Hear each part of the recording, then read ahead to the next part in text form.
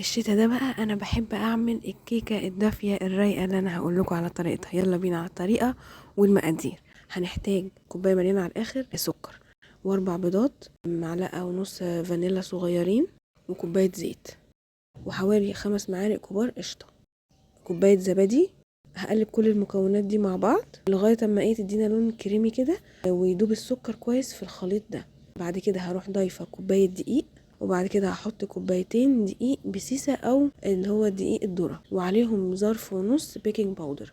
هقلب كله لغاية ما يدوب الدقيق في الخليط. وفي صينية باوند كيك مقاس 30 او صينية مقاس 26 على فرن سخن على درجة حرارة 180.